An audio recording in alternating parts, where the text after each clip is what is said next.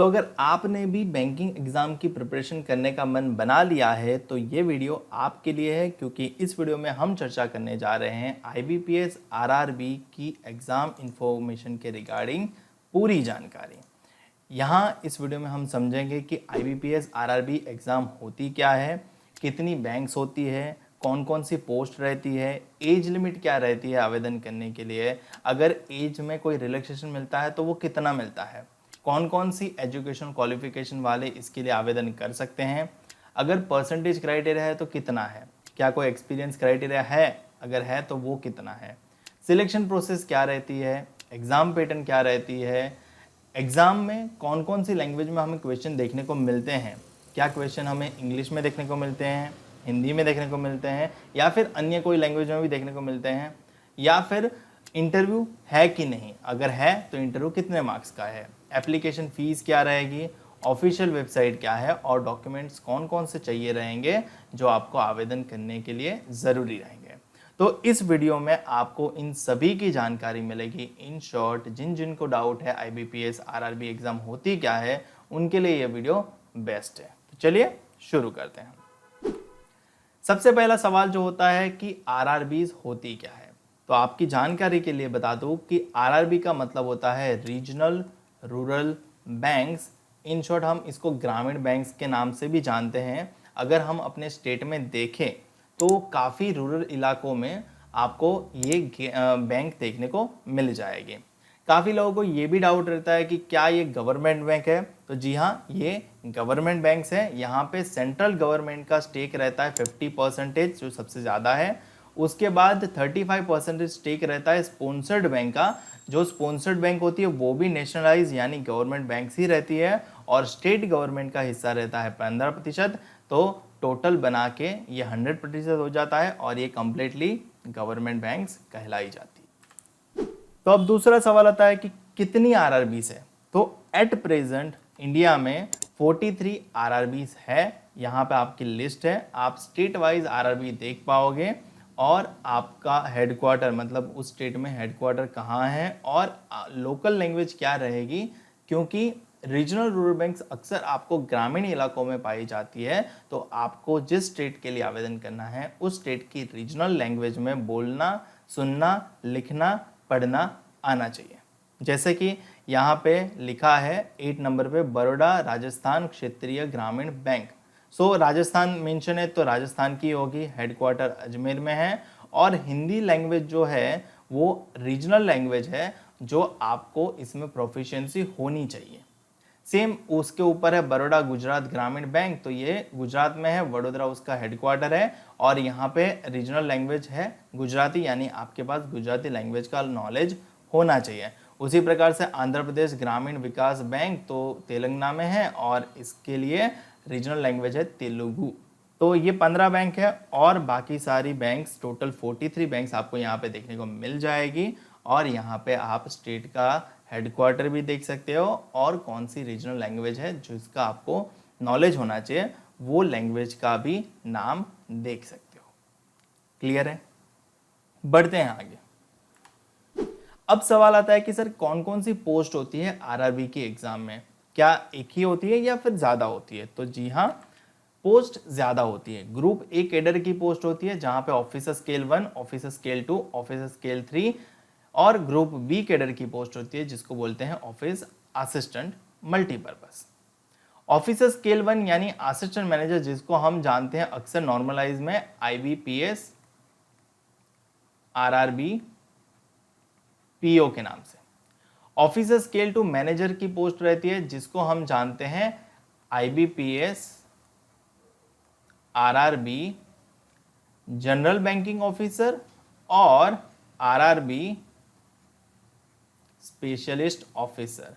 और स्केल 3 यानी senior manager, जो आपकी पोस्ट सीनियर मैनेजर के लिए रहेगी। तो और ग्रुप बी जो ऑफिस असिस्टेंट है जिसको हम आईबीपीएस आरआरबी क्लर्क बोलेंगे। ठीक है।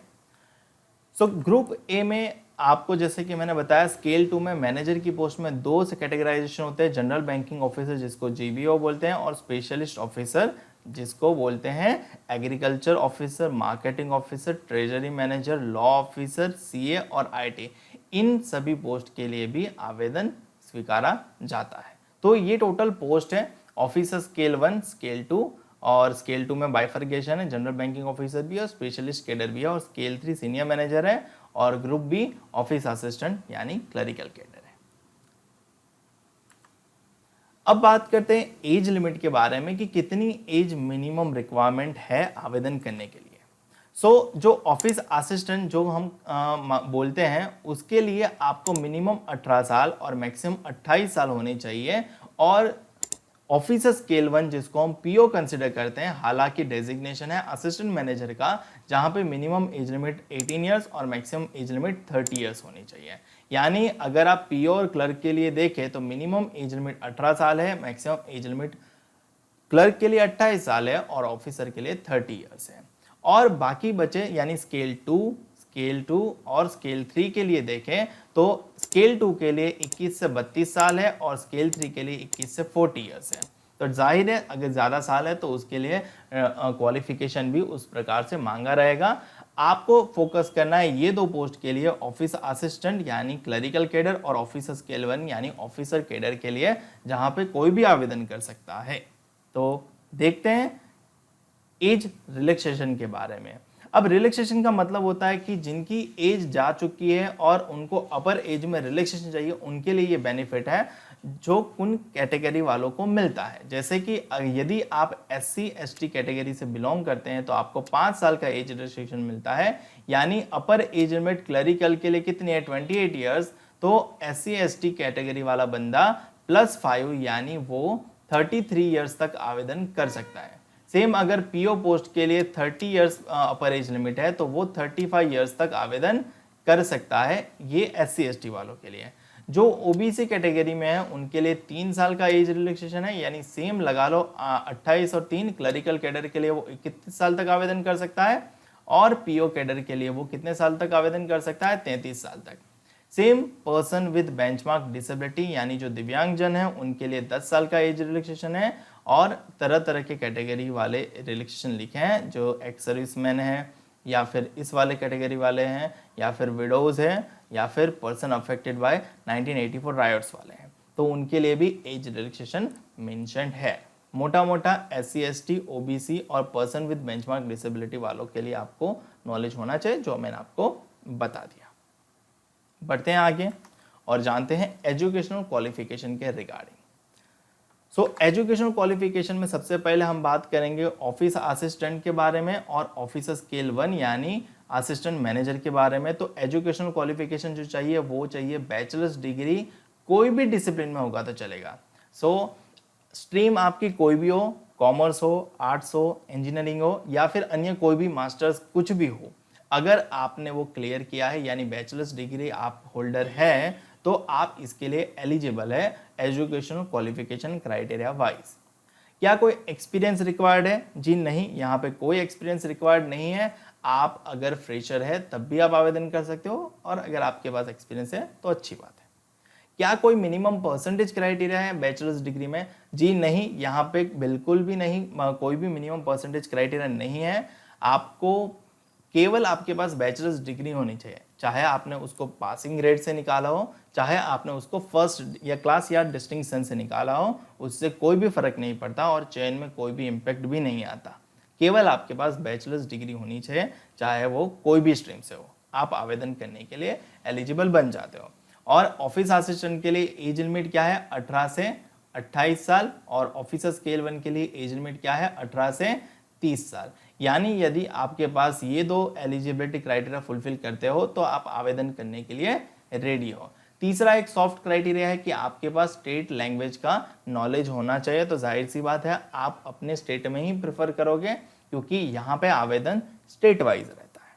ठीक है, बाकी लोगों के लिए एजुकेशन क्वालिफिकेशन क्राइटेरिया देख लेते हैं। जैसे ऑफिसर स्केल 2 यानी जनरल बैंकिंग मैनेजर और officer scale 2 specialist officer manager और ऑफिसर स्केल 3 यानी सीनियर मैनेजर। तो स्केल 2 में दो बाइफर्केशन होते हैं, जनरल बैंकिंग ऑफिसर और स्पेशलिस्ट ऑफिसर। तो जनरल बैंकिंग ऑफिसर के लिए आपके पास बैचलर्स डिग्री होनी चाहिए। कोई भी डिसिप्लिन में होगा चलेगा, बट मिनिमम 50% का क्राइटेरिया है। तो यहाँ पे आपको मिनिमम 50% लाने रहेंगे एग्रीगेट में, बैचलर्स डिग्री में, क्योंकि अगर आपके नहीं है तो आप एलिजिबल नहीं बनते हो। साथ ही साथ यहाँ पे एक्सपीरियंस का क्राइटेरिया भी है, आपके पास 2 साल का एक्सपीरियंस होना चाहिए as an officer in bank और फाइनेंशियल इंस्टीट्यूशन। यानी आपके पास 2 साल का ऑफिसर कैडर का कोई भी बैंक या कोई भी फाइनेंशियल इंस्टीट्यूशन का एक्सपीरियंस है और बैचलर्स डिग्री 50% मार्क्स के साथ है, तो आप ऑफिसर स्केल 2 यानी जनरल बैंकिंग ऑफिसर के लिए आवेदन करने के लिए एलिजिबल हो। एज का क्राइटेरिया तो ऑलरेडी मैं बता चुका हूँ। सेम स्केल 2 के लिए ऑफिसर कैडर स्पेशलिस्ट ऑफिसर का हम नेक्स्ट स्लाइड में देखते हैं। यहाँ पे स्केल 3 यानी सीनियर मैनेजर का देख लेते हैं। यहाँ पे अभी आपके पास बैचलर्स डिग्री होनी चाहिए, मिनिमम 50% मार्क एग्रीगेट में होने चाहिए। बैचलर्स डिग्री कोई भी डिसिप्लिन में होगा तो चलेगा, बट आपके पास यहाँ पे एक्सपीरियंस भी मांगा है कि मिनिमम 5 साल का एक्सपीरियंस होना चाहिए एज एन ऑफिसर और any banking financial institution. So officer scale 2 general banking officer के लिए 2 साल का ऑफिसर कैडर का और एक्सपीरियंस चाहिए, और ऑफिसर स्केल 3 सीनियर मैनेजर के लिए 5 साल का ऑफिसर कैडर का एक्सपीरियंस क्राइटेरिया चाहिए। परसेंटेज की रिक्वायरमेंट 50% आपको मेंशन की गई है, तो आपके पास 50% मार्क्स होने चाहिए। सो जो फ्रेशर है उनके लिए तो ऑफिसर स्केल 1 जो हमने प्रीवियस स्लाइड में देखा वही एप्लीकेबल है, आपको इनके लिए ही आवेदन करना है। जिनके पास एक्सपीरियंस है वो लोग इस कैडर के लिए जा सकते हैं। और अब बात करते हैं स्पेशलिस्ट ऑफिसर स्केल 2 के लिए जो मैनेजर की पोस्ट है।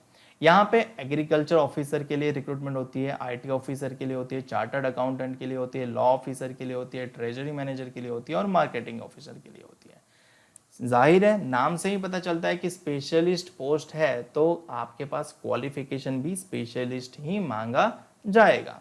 जो यहाँ पे आपके पास बैचलर्स डिग्री होनी चाहिए एग्रीकल्चर फील्ड ऑफिसर के लिए। एग्रीकल्चर में, हॉर्टिकल्चर में, डेयरी, एनिमल हस्बेंड्री या फिर फॉरेस्ट्री या फिर वेटरनरी या फिर एग्रीकल्चर इंजीनियरिंग, और मिनिमम 50% मार्क्स भी होने चाहिए एग्रीगेट में। सो AFO के लिए अप्लाई करना है तो आपके पास इस प्रकार का बैचलर्स डिग्री होल्ड होना चाहिए और 50% मार्क्स भी चाहिए। अगर आप IT के लिए आवेदन कर रहे हो तो आपको यहाँ पे मेंशन की गई डिग्री में बैचलर्स डिग्री होनी चाहिए। ध्यान रहे बैचलर्स डिग्री मांगी है इलेक्ट्रॉनिक्स में, कम्युनिकेशन में, कंप्यूटर साइंस में, इंफॉर्मेशन टेक्नोलॉजीज में, और इसके इक्विवेलेंट यानी BCA MCA वाला भी चल जाएगा। तो यहाँ पे 50% मार्क्स भी मिनिमम मांगा है, तो यहाँ पे परसेंटेज क्राइटेरिया है। CA के लिए परसेंटेज क्राइटेरिया नहीं है, जस्ट आपके पास certified associate from institute of chartered accountants of India का कोर्स किया हुआ रहना चाहिए।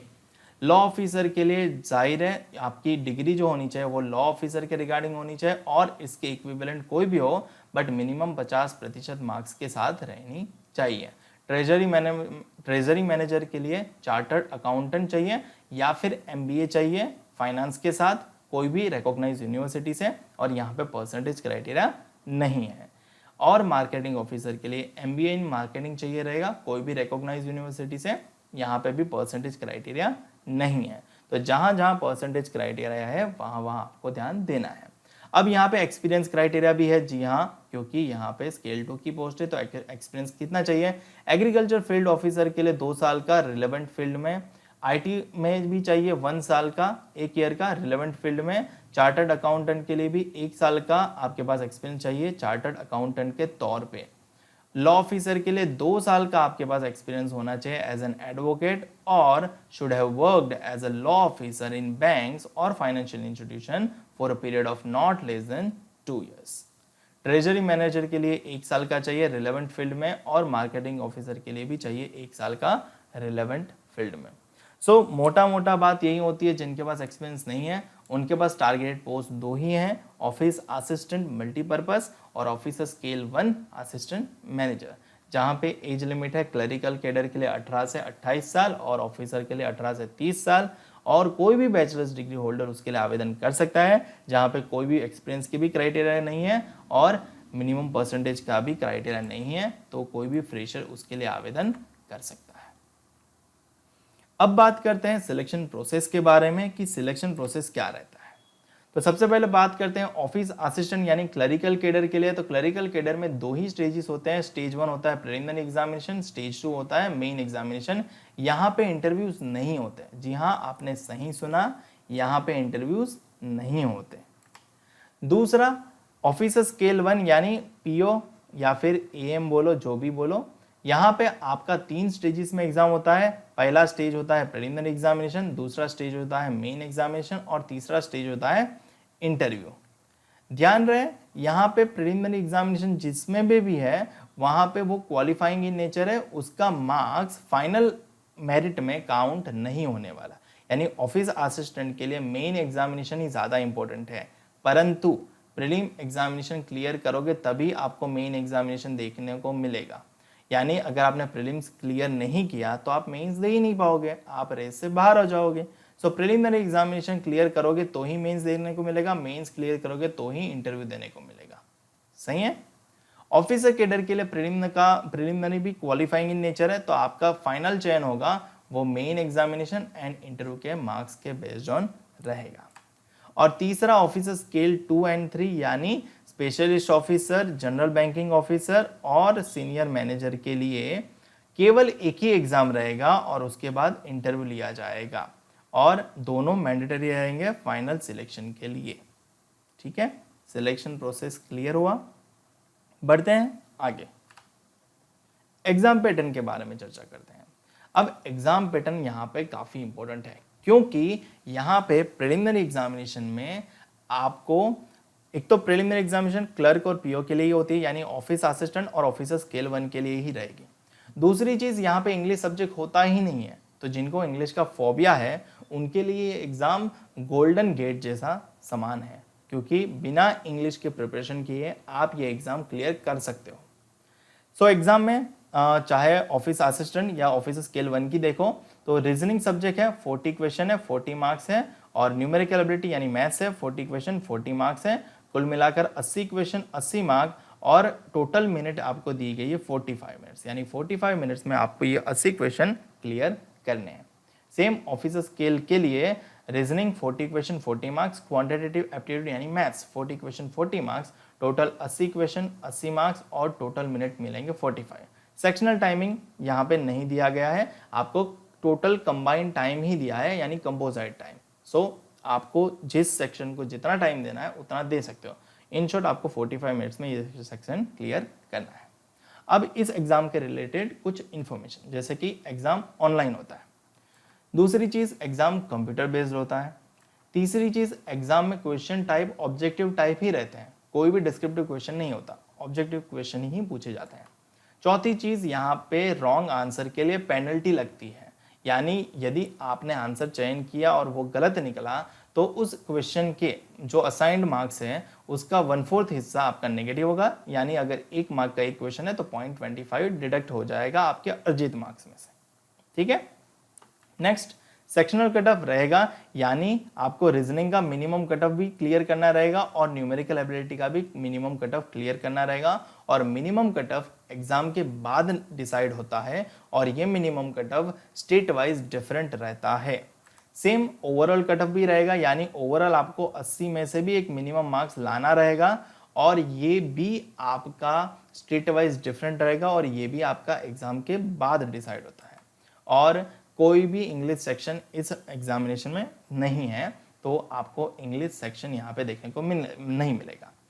अब क्वेश्चन मीडियम ऑफ एग्जाम क्या रहेगा, तो क्वेश्चन की लैंग्वेज कौन कौन सी रहेगी, तो इंग्लिश में भी रहेगा, हिंदी में भी क्वेश्चन रहेगा, परंतु यहाँ पे एक और लैंग्वेज भी आएगी जिस स्टेट से आप आवेदन कर सकते हो, उस स्टेट का रीजनल लैंग्वेज में भी आपको क्वेश्चन देखने को मिलेगा। कौन कौन सी रीजनल लैंग्वेज है वो हम नेक्स्ट स्लाइड में देखेंगे। फिलहाल प्रिलिमिनरी एग्जामिनेशन की स्ट्रक्चर आप देख लिया। वो क्वालिफाइंग इन नेचर है प्रिलिमिनरी एग्जामिनेशन, यानी ये दोनों एग्जाम क्वालिफाइंग इन नेचर है, यानी इसका फाइनल इवैल्यूएशन में मार्क्स काम नहीं आने वाला है। केवल मेन एग्जामिनेशन के लिए एलिजिबल बनने के लिए आपको ये एग्जाम क्लियर करनी है, तो इंपॉर्टेंट तो बहुत है। अब बात करते हैं मेन एग्जामिनेशन के पैटर्न के बारे में। तो मेन एग्जामिनेशन में टोटल 5 सब्जेक्ट हो जाते हैं। प्रीवियस प्रीलिम्स में कितने थे, 2 ही सब्जेक्ट थे, बट यहाँ पे 5 सब्जेक्ट होते हैं। सो 5 सब्जेक्ट कौन कौन से, तो यहाँ पे ऑफिस असिस्टेंट मल्टीपर्पज का पहले देखते हैं। रीजनिंग एबिलिटी के लिए 40 क्वेश्चन 50 मार्क्स, यानी कुछ क्वेश्चन 1.5 मार्क या 2 मार्क के रहेंगे। कंप्यूटर नॉलेज के लिए 40 क्वेश्चन 20 मार्क्स, यानी हर एक क्वेश्चन आधे मार्क का रहेगा। जनरल अवेयरनेस के लिए 40 क्वेश्चन 40 मार्क्स। इंग्लिश लैंग्वेज के लिए 40 क्वेश्चन 40 मार्क्स। हिंदी लैंग्वेज के लिए 40 क्वेश्चन 40 मार्क्स। न्यूमेरिकल एबिलिटी यानी मैथ्स के लिए 40 क्वेश्चन 50 मार्क्स, यानी कुछ सवाल 1.5 या 2 मार्क के रहेंगे। टोटल 200 क्वेश्चन 200 मार्क बनेंगे और कंपोजिट टाइम ही दिया है 2 घंटे का। बट यहाँ पे एक ट्विस्ट है कि सर आपने बोला 5 सब्जेक्ट है, यहाँ पे 2 सब्जेक्ट एक्स्ट्रा, मतलब एक सब्जेक्ट एक्स्ट्रा हो रहा है, इंग्लिश और हिंदी भी है। तो यहाँ पे आपके लिए गोल्डन गेट यही तो है कि बिना इंग्लिश पढ़े भी आप क्लियर कर सकते हो। 4A और 4B का मतलब है कि candidate has to opt either 4A और 4B, यानी आप या तो इंग्लिश अटेम्प्ट करो या तो हिंदी अटेम्प्ट करो, आप दोनों अटेम्प्ट नहीं कर पाओगे। यानी जिनको इंग्लिश नहीं आती, जिनको इंग्लिश से फोबिया है, वो लोग इंग्लिश को अवॉइड करके हिंदी लैंग्वेज का चयन कर लें, क्योंकि उनके लिए वो आसानी रहेगी कंपैरेटिवली। सो अगर कोई चाहता है कि मुझे हिंदी नहीं इंग्लिश करना है, तो हिंदी मत सेक्शन अटेम्प्ट करो और इंग्लिश अटेम्प्ट करो। सो इस तरीके से आपको ये क्लरिकल की पैटर्न देखने को मिल जाती है। और मीडियम ऑफ एग्जामिनेशन इंग्लिश और हिंदी में रहेगा और साथ ही स्टेट लैंग्वेज में रहेगा। जो लैंग्वेज बेस्ड सेक्शन है वहाँ पे इंग्लिश का इंग्लिश में रहेगा, हिंदी का हिंदी में रहेगा, वहाँ पे ट्रांसलेशन नहीं मिलेगा। ऑफिसर स्केल 1 की भी एग्जाम पैटर्न सेम ही है, जस्ट न्यूमेरिकल एबिलिटी यानी वो मैथ्स है और यहाँ पे क्वांटिटेटिव एप्टीट्यूड यानी ये भी मैथ्स ही है, तो सेम आपको देखने को मिल जाएगी। कुछ ज़रूरी बातें कि एग्ज़ाम ऑनलाइन होगा। देखो ऑनलाइन एग्ज़ाम है तो काफ़ी लोग ये सोचते हैं कि सर घर बैठ के दे सकते हैं क्या, तो घर बैठ के नहीं दे पाओगे। आपको एग्ज़ाम सेंटर अलॉट किया जाएगा, आपको उस एग्ज़ाम सेंटर पे जाके अपना हॉल टिकट जो आपको डाउनलोड करना होगा वो डाउनलोड करके वहाँ पे दिखाना रहेगा, तो भी आप वहाँ जाके एग्ज़ाम दे पाओगे। तो घर से नहीं होता है एग्ज़ाम। कंप्यूटर बेस्ड रहेगा, ऑब्जेक्टिव क्वेश्चन टाइप रहेंगे, यहाँ पर डिस्क्रिप्टिव सवाल नहीं आते। Preliminary penalty for wrong answer 1/4 रहेगा। सेक्शनल कट ऑफ भी रहेगा, ओवरऑल कट ऑफ भी रहेगा, कोई भी डिस्क्रिप्टिव टेस्ट नहीं रहेगा। तो सेक्शनल कट ऑफ यानी रीजनिंग का मिनिमम कट ऑफ क्वालिफाई करना रहेगा, कंप्यूटर का, जनरल अवेयरनेस का, इंग्लिश का होगा तो इंग्लिश का, हिंदी का होगा तो हिंदी का, न्यूमेरिकल एबिलिटी का, और साथ ही साथ ओवरऑल कट ऑफ जो 200 में से बनेगा वो भी क्लियर करना रहेगा चयन होने के लिए नेक्स्ट राउंड में। क्लियर है? बढ़ते हैं आगे। कौन कौन सी लैंग्वेज में आपको क्वेश्चन देखने को मिलेगा, तो list of version of test medium of examination for clerical post office assistant multipurpose, ये पिछले साल का मैंने वहां से उठाया इसलिए वो नंबर आ रहा है, ठीक है। तो यहाँ पे आपको स्टेट वाइज देखने को मिलता है। आंध्र प्रदेश में आपको इंग्लिश, हिंदी और तेलुगु लैंग्वेज में देखने को मिलेगा। अरुणाचल में हिंदी लैंग्वेज, गुजरात में गुजराती लैंग्वेज, महाराष्ट्र में मराठी होगी, आप देख लो कोंकणी भी है। तो उस प्रकार से आपके स्टेट वाइज लैंग्वेज में भी क्वेश्चन देखने को मिलेंगे। क्लियर है? बढ़ते हैं आगे। और जिन जिन का सिंगल एग्जामिनेशन है जैसे स्केल 2 के लिए, तो उनकी ये रही एग्जाम पैटर्न, आप देख सकते हो। और स्पेशलिस्ट कैडर के लिए भी एग्जाम पैटर्न। स्पेशलिस्ट कैडर में एक सब्जेक्ट ऐड हो जाता है जहाँ पे आपको देना रहेगा फाइनेंशियल अवेयरनेस का, प्रोफेशनल नॉलेज का पेपर। सो प्रोफेशनल नॉलेज का पेपर एक्स्ट्रा ऐड हो जाता है, बाकी आप एग्जाम पैटर्न देख सकते हो। सेम एग्जाम ऑनलाइन रहेगा, कंप्यूटर बेस्ड रहेगा, ऑब्जेक्टिव टाइप क्वेश्चन रहेंगे, पेनल्टी भी रहेगी, सेक्शनल कट ऑफ भी रहेगा, ओवरऑल कट ऑफ भी रहेगा और कोई डिस्क्रिप्टिव टेस्ट नहीं है। नेक्स्ट जनरल बैंकिंग ऑफिसर यानी सीनियर मैनेजर स्केल 3 के लिए भी पेपर पैटर्न आप देख सकते हो, सिमिलर जैसा ही है। और online computer based, objective question type, penalty for wrong answer, sectional cut off, overall cut off और नो डिस्क्रिप्टिव टेस्ट। जिनको लगता है कि मीडियम ऑफ एग्जामिनेशन क्या रहेगा, तो स्केल 2 और 3 के लिए मीडियम ऑफ एग्जामिनेशन केवल हिंदी और इंग्लिश ही रहेगा, वहाँ पे रीजनल लैंग्वेज में क्वेश्चन देखने को नहीं मिलेंगे, ठीक है। और यहाँ पे भी इंग्लिश और हिंदी का चयन रहेगा, आपको या तो इंग्लिश अटेम्प्ट करना है या तो हिंदी अटेम्प्ट करना है। सेम प्रीवियस स्लाइड में भी देख सकते हो, या तो आप इंग्लिश अटेम्प्ट कर सकते हो या तो हिंदी कर सकते हो, इंग्लिश कर सकते हो या तो हिंदी कर सकते हो। सो मुझे उम्मीद है कि सिलेक्शन प्रोसेस के बारे में, एग्जाम पैटर्न के बारे में आपका क्राइटेरिया क्लियर हो गया होगा। कोई भी डाउट रह जाता है कमेंट सेक्शन में कमेंट करके पूछ सकते हो।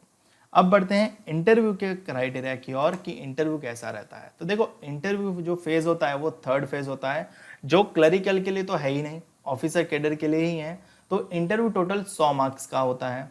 जहां पे मिनिमम क्वालिफाइंग मार्क्स पहले से डिसाइडेड है कि 40% तो आपको मिनिमम लाने ही है, यानी 100 में से 40 मार्क आपको लाने ही हैं अगर आप अदर कैटेगरी से बिलोंग करते हो। और अगर आप SC, ST, OBC और PWD कैटेगरी से हो तो आपको 35 मार्क्स यानी 35% मार्क्स लाने हैं।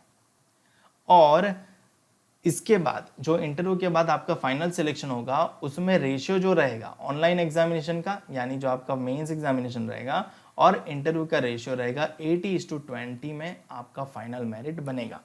यानी ऑनलाइन एग्जामिनेशन के मार्क्स का 80% काउंट किया जाएगा, 80 के रेशियो में काउंट होगा, और इंटरव्यू के मार्क्स को 20 में काउंट किया जाएगा, 20 के रेशियो में, और कुल मिलाकर फाइनल मेरिट आपका 100 में से बनेगा।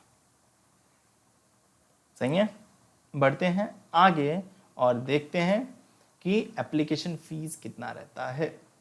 जी हाँ, अगर आपको आवेदन करना है तो एप्लीकेशन फीस भी देना रहेगा। सो एप्लीकेशन फीस है ऑफिसर स्केल 1 to 3 के लिए 175 for SC, ST person with benchmark disability candidates के लिए और 850 बाकी सभी के लिए। और ऑफिस असिस्टेंट यानी क्लरिकल कैडर के लिए 175 रुपये, SC, ST, PWBD, साथ ही साथ एक्स सर्विसमैन भी यहाँ पे इंक्लूड किया गया है तो उनके लिए भी 175 ही रहेगी, बाकी सभी के लिए 850, यानी जनरल, OBC, EWS वालों के लिए 850 रहेंगे, बाकी के लिए 175 रहेंगे, और फीस भी आपको ऑनलाइन ही पे करनी है।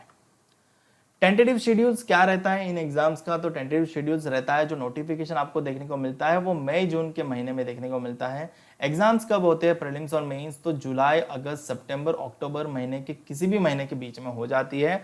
इस साल का जो एग्जाम शेड्यूल डिक्लेयर हो चुका है, अगर आपको वो जानना है तो आपको लिंक डिस्क्रिप्शन में मिल जाएगा, तो डिस्क्रिप्शन में दिया गया वीडियो जरूर चेक करें, जहां पे इस साल IBPS RRB PO क्लर्क की एग्जाम कब होगी, जो प्रीलिम्स और मेंस का डेट्स डिफाइन करेगी, तो आपको वो डेट देखने को मिल जाएगी। इंटरव्यू अक्टूबर नवंबर के महीने में रहते हैं और प्रोविजनल अलॉटमेंट आपको जनवरी में देखने को मिल जाता है। तो ये रहता है टेंटेटिव शेड्यूल्स, ठीक है।